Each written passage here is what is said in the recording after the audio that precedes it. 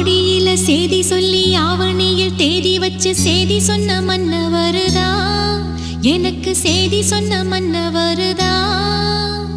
சொந்தம் சொல்லி நெத்தியில குங்குமத்தை வச்ச ஏன் மன்னவரு